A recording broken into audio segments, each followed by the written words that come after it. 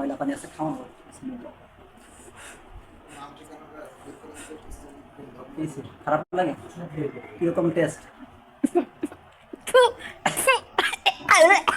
বমি করো বমি বিসমিল্লাহ হয় কিছু হয় না মনে এক এক আর একটু খানো যত কষ্ট করে আছে তাই নষ্ট